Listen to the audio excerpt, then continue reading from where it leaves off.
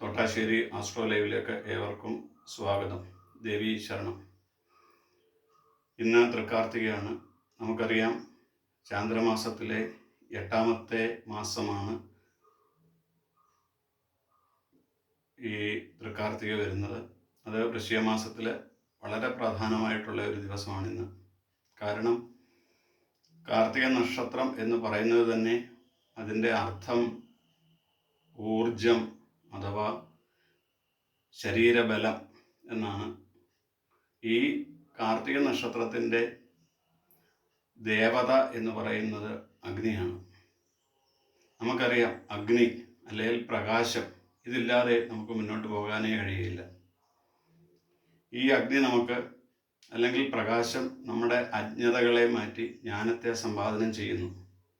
ഇത് ഭാഗ്യസൂക്തത്തിൽ തന്നെ ഒരു ശ്ലോകത്തിൽ പറയുന്നു: പ്രാതർജിതം ഭഗമുഗ്രം ഹുവേമ ഭയം പുത്രം അതിഥിര്യോ വിദർത്ഥ.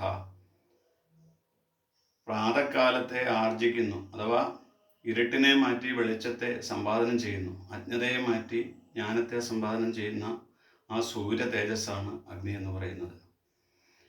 ഈ അഗ്നിയെ നമ്മൾ സന്ധ്യാസമയത്ത്, ഈ സന്ധ്യ എന്ന് പറയുന്നത് പകലും രാത്രിയുമായിട്ട് സന്ധിക്കുന്ന സമയം. പകലാണോ എന്ന് ചോദിച്ചാൽ പകലല്ല, രാത്രിയാണോ എന്ന് ചോദിച്ചാൽ രാത്രിയല്ല. ഇതിൻ്റെ സന്ധിക്കുന്ന സമയം അത് 48 മിനിറ്റ് അഥവാ 2 നാഴികയാണ് സന്ധ്യാസമയം. ഈ സന്ധ്യാസമയത്ത് വിളക്ക് കൊളുത്തി ദോഷകാലത്തെ അതിജീവിക്കുക എന്നുള്ളതാണ് അതിൻ്റെ ഒരു നടപടിയായിട്ട് കണ്ടുവരുന്നത്. നമുക്കറിയാം, സൂര്യനുള്ളപ്പോൾ അണുക്കളുടെ വർധനം അത്രയും വരികയില്ല. എന്നാൽ രാത്രികാലങ്ങളിൽ രോഗത്തിനാണെങ്കിലും മറ്റാരോഗ്യ സംബന്ധമായിട്ടുള്ള കാര്യങ്ങൾക്കെല്ലാം രാത്രികാലങ്ങളിൽ ദോഷാവസ്ഥ കൂടുതലായിട്ട് വരും. അത് അന്നേരം രാത്രിയിലെ ഊർജം ലഭിക്കുന്നതിനായിട്ട് നമ്മൾ സന്ധ്യാസമയത്ത് വിളക്ക് കൊളുത്തി, പണ്ടൊക്കെ വിളക്കുകളെ ഉണ്ടായിരുന്നില്ല, പിന്നിലെ ലൈറ്റുകളും ഒക്കെ വന്നേ. അന്നേരം ആ ഊർജം ബാലൻസ് ചെയ്യാനായിട്ടാണ് ഈ തരത്തിലുള്ള ഒരു ആരാധനാക്രമം വെച്ചിട്ടുണ്ടായിരുന്നത്. നമുക്കറിയാം, ഈ പണ്ടുള്ള പല ഇല്ലങ്ങളിലും കാർത്തിക ദിവസം കെടാവിളക്കായിട്ട് ത്രികാല പൂജയായിട്ട് നടത്തി വരുന്നുണ്ട്.